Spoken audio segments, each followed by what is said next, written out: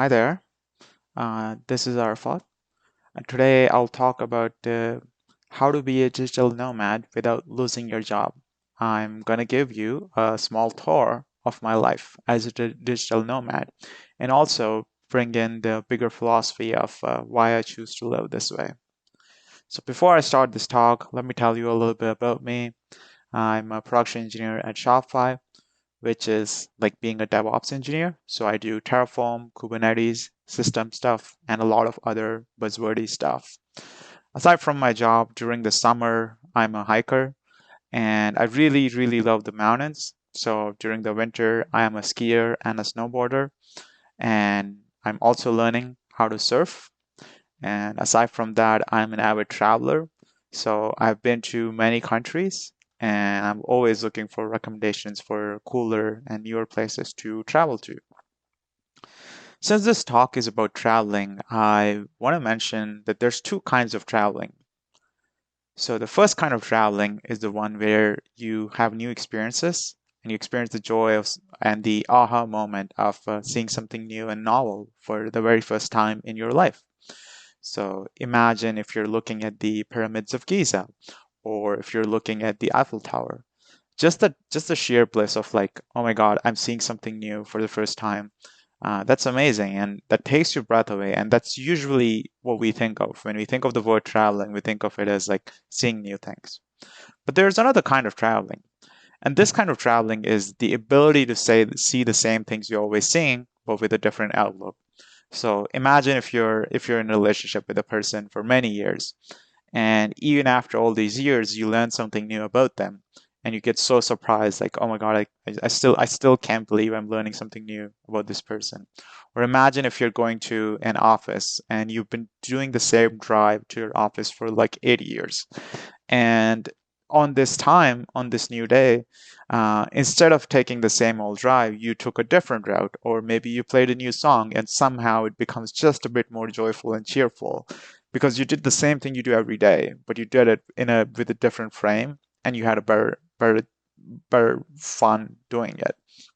So ideally, my goal in life is to inspire people to learn to do the second kind of traveling, because if you do that, then no matter where you are and what you're doing in life, there's always an element of spontaneity and joy that comes with the newness of seeing new experiences. Is the ability to inject spontaneity and novelty in anything that you're doing. However, in the interest of time, this talk is about the first kind of traveling, where you learn to have novel experiences in your life while still trying to maintain your job, your physical health, your mental health, and you have to do all of these things without breaking a buck. Fortunately, we are in a place where we are extremely blessed with their abilities as skilled programmers, managers, DevOps engineers. We are in a unique place in history where we can use our work to work remotely, and remote work is something that's considered not only acceptable, in fact, it's even encouraged in our workforce. And it's time that we take the full advantage of this opportunity to travel and explore the world while still maintaining our jobs. So I sort of gave you the main idea that, like, yeah, traveling is cool, traveling is fun, it's an amazing experience, and we should all do it. But I'm also going to highlight a bigger question of like why we should be doing it. So instead of like giving you all my lessons in kind of like a package sort of a way, how about I give you a story that I actually went through myself, and then as I followed through my own story, I would offer different lessons which I learned by randomly stumbling upon and trying out many different things in my own life. So here it goes. So 2020, that was a very hard year for all of us. It changed my life for the better in some ways, and also for the worse in other ways. I had a roller coaster of a ride. You see, at the start of the year, I used to live in this cute little town called Ottawa. Ottawa is the capital of Canada, and I was working in the beautiful offices of Shopify in Ottawa. And I had a very fun life, full of friends and coworkers, and we would meet up every day. We would hang out, we would play games, we would go to parties together, we would have so many get-togethers, and we would do like cooking, tech conferences, everything. We would do all kinds of things, and I honestly felt so connected to people and had such a fun life. So I've been a very social person, and just the joy and the camaraderie of being around people makes me very happy. Uh, Now, March 2020, the COVID happens. When the COVID happened, it was quite a shocker for me. I was actually in complete denial. I was still going to my gym. I literally turned off all the news sources that were hitting me because I lived by myself, and I wanted to maintain my mental health. For the first few days of work from home, I was like, this thing is gonna end. This has to end. And when this ends, I'm gonna go back to my office, to my friends. We're gonna have these fancy lunches. We're gonna chill out. We're gonna make fun of this. And we all know how that turned out. So, well, that's life. Now, different people deal with different things differently, but for me, this was a complete turnover. I was a very social person, and the feeling of being around people and vibing with people is something that's very important to me. So, to revamp everything by myself was too much work. It was a shocker, but I had to adapt. So as months went on, I realized that the emotions of the shock of COVID finally faded away, and I was slowly adapting to the new lifestyle of remote work. I was very methodical, very calculated. I would take good care of my health. I would always work out. I would always be diligent with my work, and I had a very appropriate like work from home setup to take care of the work stuff. Things were actually going fine for a couple of months until I woke up one day and started having serious troubles in my relationships. You see, what happened was both my dad and my sister got really sick. They had COVID, and they all live in India. And meanwhile, here I was in Canada, thousands and thousands of miles away from my family, and I couldn't help them. I was completely incapable of doing anything to help and support them. And that to me was extremely stressful because I really want my family to be safe and healthy. And aside from that, the rest of my social circle was kind of drowning out day by day. So people were moving to different cities, people were switching jobs. So pretty soon I felt this pain of isolation like I'd never felt before.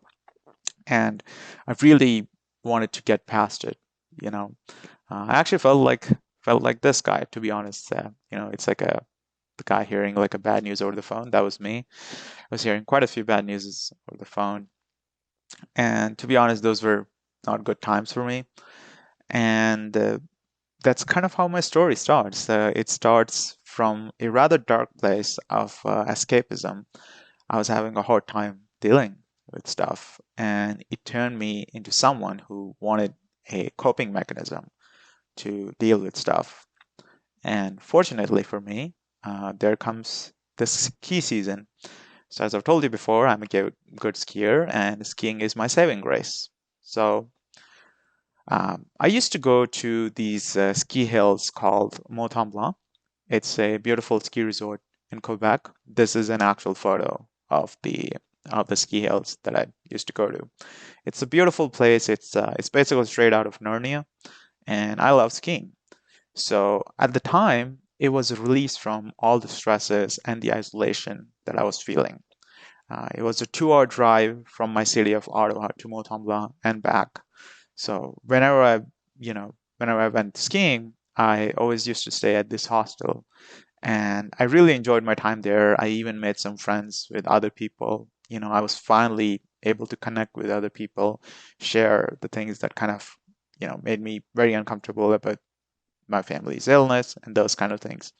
And slowly and gradually, the emotional stability and the connection that I was missing, that was actually gained back by connecting with people, with other skiers, other friends. And I think that to me was the most important thing. Not just skiing, not just the beautiful views, not just like, living in basically Narnia. It's actually meeting with people, having fun with them, making memories, and connecting with them.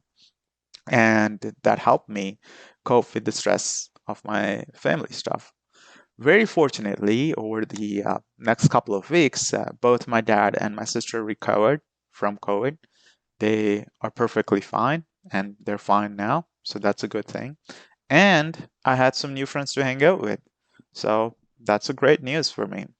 So just to keep the momentum, I actually started going to Mont Blanc um, almost every weekend and staying over. Things are looking pretty good. And one day, when I was at the hostel, it hit me that, I come here so often. I really like living here. And there's really no obligation for me to, take the journey back to Ottawa and go there. So at this point, I'd become good friends with the people who lived there. So one day, I basically went to the owner of the hostel. His name was Matthew. So I'm talking to Matthew, and I told him, "Hey, Matthew, if I go on booking.com and book this hostel for like an entire month, it's going to cost me like $3,600. That's a lot of money for me at the time. And I think that it's like, that might be a little too much for me. But what happens if I just pay you straight out of pocket, however much you want? You can make a rental agreement, you can take cash however much you want, and then like I pay you and you let me stay for a month. And this was kind of a strange request. It's like it was too in the face. It was kind of surprising. So I told him, "Hey man, take your time. Take your time. Think about this. You don't have to answer me right now." So the next day, he comes back and he says $1,200. And that was like, bam. It's like basically like one third of the price that I was seeing on booking.com. So I listen to this. I'm just ecstatic. I'm happy as a person could be, and I pack up all my stuff. I go back to Ottawa, I pack up all my stuff, I take it all in, and next thing you know is I'm moving over and actually living in a ski resort. I set up my work desk, I set up my entire workplace and everything. I negotiated with my employer that like, hey, I'll be working from here and I'll be sticking to these particular work hours and focus on my work in those work hours. And aside from that, I'll be skiing in the morning or after work and stuff like that. And those were some pretty, happy times for me. Um, so this brings us to the first rule of digital nomadism. You can literally live anywhere, literally anywhere, as long as you learn how to negotiate. So I never knew in my life that you could work from a ski resort and set up a workspace there. But I randomly stumbled upon it because I was going through some dark times. And I did it for 2 months, before the partying and the fun got the better of me and I had to stop. But that's a story for another day. So over time, I learned this special technique for living in places. And I learned that I could literally start messaging random hotels, outhouses, Airbnbs, anywhere which has a house, which has an empty space.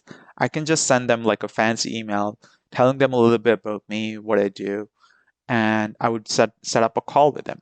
Once I would be on a call with them, I would have like a nice and a friendly conversation. I would tell them about my background and I ask them like, hey, can I stay here for like 2 months and I'll pay you in cash, you know, or whatever form that works for you. We can make a rental agreement. We can do it online, however works for you. And this interesting thing is that like most of the times people actually get baffled because it's like it's a strange request for places which are not used to working like a rental place. And they would give me like 50 to 60% off simply because I asked. And the reason they would give me that is because they would much rather have a nice tenant who takes care of the place and pays them consistently rather than sorting through all these people every weekend, making a filter, figuring out if this is the right person or not. They would much rather give it to someone who could just take care of it and pay them money. So that's how I got like a lot of discounts down the line. Now, there comes a second lesson here. And in order to understand this lesson, I have to introduce you with another story. And so here it goes. When I was as an intern, when I was at my company as an intern, I knew this guy back in the day. He was a very interesting guy. He joined as an intern at my company at the age of 36. He was pretty late in starting his tech career. And I asked him about his journey, and he said that when he was younger, he spent a couple of years learning how to farm in Kenya, and then he came back to Canada. He found a very large piece of land in Surrey, in Vancouver, for the purpose of agriculture farming, and he leased it for 2 years to do some organic farming. Now, for those of you who are unaware of the Canadian housing and the property market, Surrey is a part of Vancouver, which happens to be one of the most expensive real estate areas in Canada and quite possibly the world. So now, naturally, the question comes that if he did farming in such an expensive real estate area, how did he get the money for it? So I asked him about it, and he said, I basically looked for like an old farmland, which was just like looking like it was deserted, it was dilapidated, it was just collecting dust. And he found the owner and he contacted him and he promised him that he would lease this land and make it the best organic farm in Vancouver. He's very skilled and he wants to make this a great organic farm. And the owner is always welcome to take any of the fresh produce from the farm for free. So there was a lot of back and forth between him and the owner of the land. And he ended up becoming close friends with the owner of the land. Now, the crazy part is that when he finally signed the lease was for just $1 because that was the minimum legal amount of lease that was permitted at the time. And that's insane, right? Imagine signing the lease of an expensive land for literally just $1 because you become friends with the owner of the place where you're working at. And I think that kind of shows you something very important, that in any business deal, in any contract, it's just a contract between two people who are willing participants. So if there's only one thing that you can take from this entire talk, is that never be afraid to ask for the absurd. Whether it's like a hotel there where you want to live at, whether it's an Airbnb, whether you're buying a car from like a rental dealership or whatever, always ask the absurd thing. It's never be afraid to ask people for something that you want, whether you want to ask someone out on a date, whether you want to ask someone out for some help that you need. The absolute worst that someone can say is no. So become become closer to people and don't do it in sort of like a manipulative way, but more in sort of like, I gotta shoot my shot. Let's see what happens. Let's see how it goes. So I'll give an example of why this works in traveling. You see, the thing that happens in traveling is that most of the places, that the fancy places that you look out for, they actually make their money during the peak season. So most hotels, Airbnbs, hostels, they mainly make their money during weekends. So if you can go ahead and ask them like, hey, if I were to stay here for a month, can you give me a special rate? Often they'll come up with a rate that's 50 to 60% cheaper than online booking for the entire period of the place. And oftentimes you can even negotiate them further down from the rate that they first give you. And in my history, like I found places which charge like $200 a night on the weekend, but if you take them for the entire month, they'll give you $1,200. So that's like an 80% discount from the monthly price of like individually booking something online.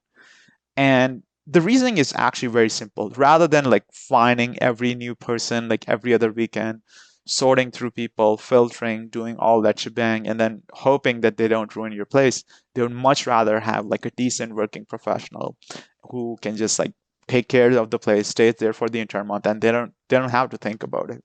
So I've literally had like calls to the Airbnbs where I told them like, hey, I know that Airbnbs are for short-term stay, but can we, instead of staying here for short-term, how about we make this, instead of booking through Airbnbs, can we just do it like a rental agreement for like a longer term, and I could stay here. And they would often offer me like 40% of the monthly price.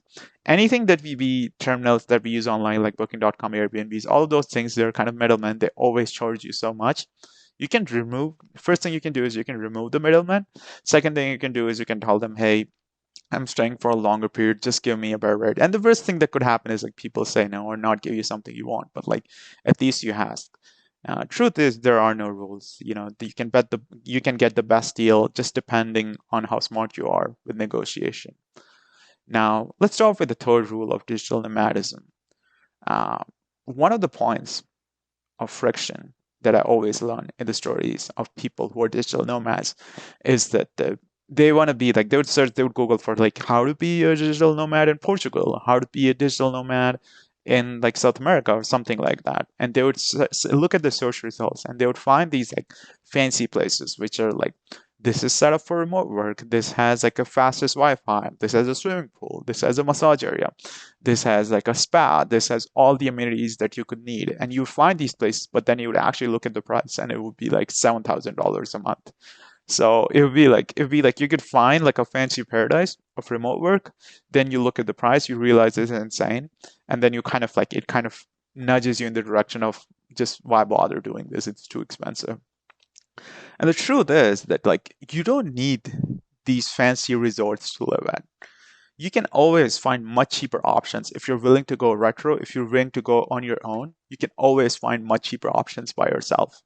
So, for example, imagine if you wanna move to like a new city and you're looking for, say, a new apartment where you could work from.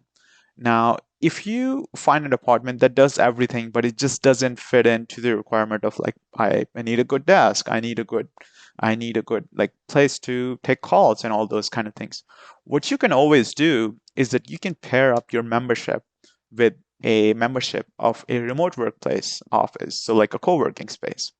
And the reason that is super helpful is because you can always have a fine place to work from, which would be your co-working space, and then you can stay at any crappy place that works just enough for you to sleep. So that's kind of how I did. It's like I would find any place that's like good enough for me to like stay at or to sleep at, and that doesn't have to be expensive, and then I would pair it with like a remote work membership, and that way you can have the best of both worlds where your place of stay doesn't have to satisfy all the constraints, but it is good enough for you just to survive. So moving on to the next part of my journey. So we learned some few good lessons from the first part of the journey. So after I was staying in Mont Blanc, uh, I had some couple of really amazing experiences, and I had a good time. I got to be honest, but I realized it wasn't very conducive to being productive at work, and I had to decide to move back to a more normal lifestyle where I was living in a normal household, and I wanted to experience the joys of the boring life without the ski bumps and the adventure. So I moved to Vancouver, which is another city which is way far off in the west coast. I literally found like an Airbnb. I negotiated a month of stay for lesser price than the original price. So the original price was 1,100. I negotiated up to 700, and that's pretty low for Vancouver. And Vancouver is a beautiful place that's very close to my heart. And I just wanted to stay here because I wanted to explore this beautiful city. And this is like an actual photo of Vancouver. So for those of you who don't know, this was actually a large move.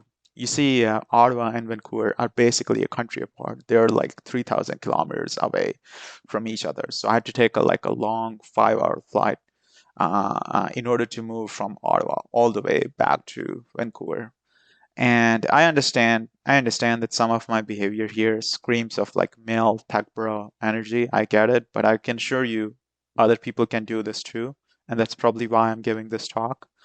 Anyway, so I was flying all the way across the country, and I had to give up literally most of the things that I own because I only needed the bare minimum stuff that I needed with me, and I had to give away all the rest of the stuff that I didn't need. So in the end result was something like this photo.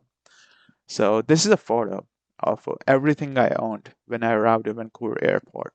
I ended up giving away all my possessions and everything I didn't need. And in the end, all I was left with was just 2 bags for some nice fancy clothes, my laptop, uh, my ski bag, which is to keep my skis and some clothes, and then my ski boots. And that's it. I gave away my bike. I literally sold it. I gave away I had another bag that I gave away, and I gave away a lot of stuff that I just didn't need because I wanted to be free and travel more. So this brings us to the fourth rule of digital nomadism, which is minimalism is very hard, but it's worth it. The way I arrived at this is that I made a list. I made like a noted list of everything that I could possibly use. in my journey. So whether it was a toothbrush, whether it was, my laptop, whether it was my slippers, anything that I use twice or thrice a day, it's very clear that I actually need it. But if it's something that I don't need, like a candle or like, like a yoga mat or something, I'll keep it on the list, but I'll make sure that I note that I don't actually use this thing, even though I own it. And that way I kind of came up with a list of finally the things that I actually use once or twice a week, thrice a week, every day. And I just restricted myself to only having those things. And I just gave up all of the other things away. So you don't have to go as far as I did. You can do a much smaller version of this in your own, in which you're exploring something for say a week or two, and you're going for a short trip. And in this short trip, you realize what you need and what you don't need, and you just stick to the bare minimum of what you need. So this brings us to the next rule, and this is kind of a pivot here, which is that like the part of making lists is important, and you can use that for any other kind of problems too. So when I had to move to Vancouver, I was becoming more and more familiar with myself, what I liked and I didn't like. And that made me realize that like every time I'm searching for apartments, every time I'm searching for rental agreements, I can always write them down as a list problem. And this is very particular for like rental agreements, but it applies to many other areas of life too. So what I would do is like I would make a list, and I would make a list of like all the things I absolutely need in a place, or all the things I absolutely need to own. And then I would keep refining and pruning the list over months and months and years, so that it becomes much easier for me to use that list and to make it applicable. So for example, take a look at this. So this is my list for what kind of apartment that I need. So here I have defined all the kind of boundary conditions that I need in an apartment, that the monthly rent could be from 900 to 1300. It has to be furnished. It has to have a decent Wi-Fi. I have to have like a flexible agreement from month to month. So based on this list, I kind of made like a template email message that I always used to send to Airbnbs and to landlords. And I use these kind of lists to help me kind of like find newer things, and to make me realize that I become very essentialist. Like I follow essentialism, which is the idea that you only use the bare minimum of exactly what you need and don't focus on the extraneous information and the redundant stuff. So that is the fifth rule. Write down apartment search as an optimization problem, meaning write it down as a list and then satisfy the constraints of the list. Now, this is a sixth rule. This is one of the major caveat that I didn't mention before. And the reason I didn't mention is because it's actually quite hard to talk about it. Is that one thing I want to warn you people is that no matter what you do, no matter what kind of exploration you do, always do things in a legal manner. Don't skate around the legal logistics. Don't ruin your career because you wanted to travel. Like it's not worth it. So don't skate around the legal logistics, taxes, all that kind of stuff. So if you're within a same country, like if you're within Canada, it's actually very easy to move to different provinces as long as you're not moving to Quebec. And different states have different tax regulations, so you have to take care of those. So you have to go online, peruse those tax regulations. But over time, you kind of like make sense of them. If you're within a single country, it's usually much easier. But if you want to go to like a foreign country, or if you want to go to another country, like say if you want to go to Europe and you live in like say South America or North America, uh, different countries have different regulations, and you always have to know what those regulations are. So they depend on your nationality, they depend on your passport, they depend on kind of your work background and everything. So the thing that you have to know is that a lot of countries are very okay with you traveling there for like a month or two, or like even for 90 days. A lot of countries are okay with you traveling there, but they're not okay with you working from there.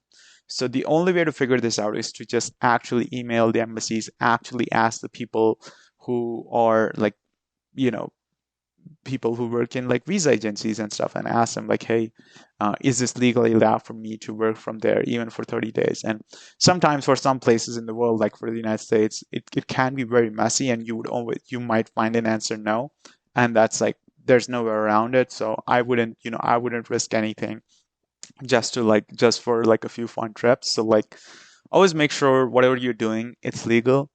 talk to the visa people, talk to the state and tax regulations, talk to your employer about all the regulations there are and the legalities of your working stuff, and always make sure that you don't skate around these things because they're important. I can't tell you exact specific thing because it depends very much because everyone is under different circumstances, so everyone has different rules, and that's why I can't talk more about this topic. But hopefully you figure this out on your own. Now, at this point in the story, um, I was living in Vancouver, and I've been living there for a while, and I really enjoyed living there. So this is my third province in the story. And as much as I enjoy living in the paradise of Vancouver, I couldn't resist the idea of traveling and exploring more places. So one day, as I'm going about my day, I searched through Google Flights, and I was searching through the all areas feature. So the way you use this feature is that in the from area, you enter the city of residence, the city where you're staying at. And in the to area, you enter the name of your country or the continent that you want to go to, whatever it is, whatever your destination is. So for me, the search feature kind of looked like this. In the from area, I entered Vancouver. In the to area, I entered Canada. So here's Vancouver and here's Canada. And what it would do is that it would show me all the cheap flights from Vancouver to other places in Canada without me having to like manually type in the name of the places over and over again. And it kind of makes a large map of like all the cheap places that I could actually go to. So I use this feature whenever I'm feeling a bit adventurous and I want to do like a nice weekend vacation or something. So as I was doing this, I saw that the flights to Calgary back and forth were just like $100. They were super cheap. So I booked a mini weekend vacation of like a long weekend. So it was like a 4-day vacation. And little did I know that I would enjoy Calgary so much that I actually wanted to spend more time in Calgary. So what I did was I moved to Calgary after this experiment. I did this mini experiment. I met some amazing people, had some fun time, and then I made like a permanent decision to move to Calgary. But it started off with like a cheap mini weekend vacation experiment kind of a thing. And I think you can do this too. Is that like whenever we think of like traveling and like moving places, we always think of it as like this gigantic Herculean effort of like, hey, you're gonna take everything you have and just move, and you don't have to do all of it. Truth is, you can just like take like small vacations every now and then and just try out a different place. Because the thing about trying out different things is that you don't know what you don't know, and you don't even know that you don't know it. So that's my argument for trying out different things, and that's my argument for having cheap experimentation built into your framework of living life and traveling. So, for example, if you want to try out a new gym membership or like any other kind of fitness application or kind of a cooking application, don't get the annual membership. Get like a monthly membership, stay consistent with the monthly membership, see if it fits your goal, see if it makes you actually better in life. And then once you're consistent with the monthly membership, get the annual membership. The idea is that you have to maximize the low cost experimentation in any different area of life. And then like once you have like enough good results from your cheap experimentation, you can extrapolate those results and use it to do like a major move or like a full-time annual commitment to anything that you're using. So cheap experimentation is again your best friend, and you should try it out as much as you can. Now, I want to offer a final note. I've given you a lot of advice. I've given you a lot of different teeny tiny tactics here and there, but I want to offer like a final note, which is kind of a warning note or a cautionary tale. And basically, it's like as much as I love traveling, exploring the world, I must warn you that all the tricks I handed to you can sometimes be quite taxing mentally and physically.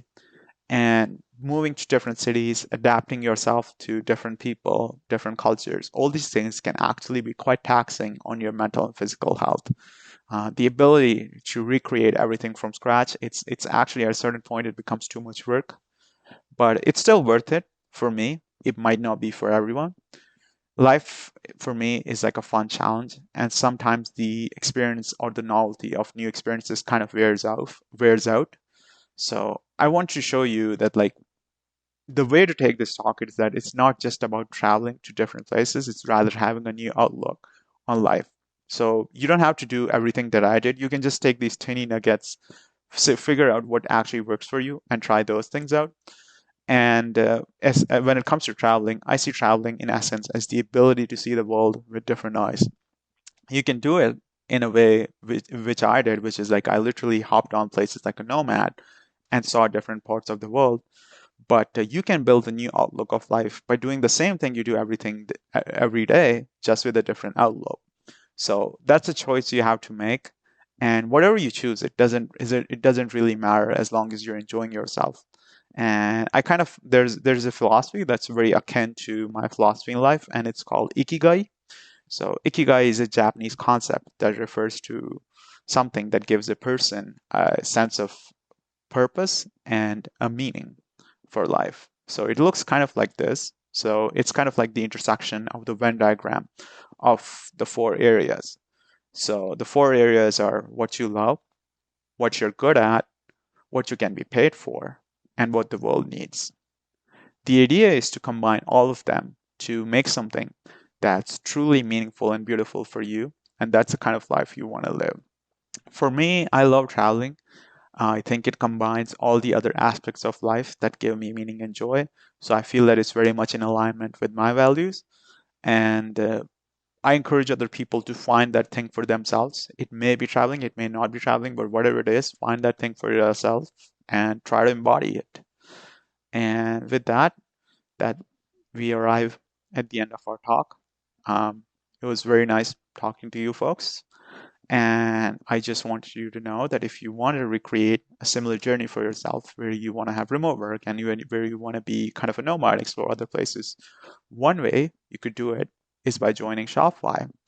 And so here's the link for Shopify. So just hop onto our careers page and apply for the job that fits you the best. And I wish you the very best of luck in everything. Thank you.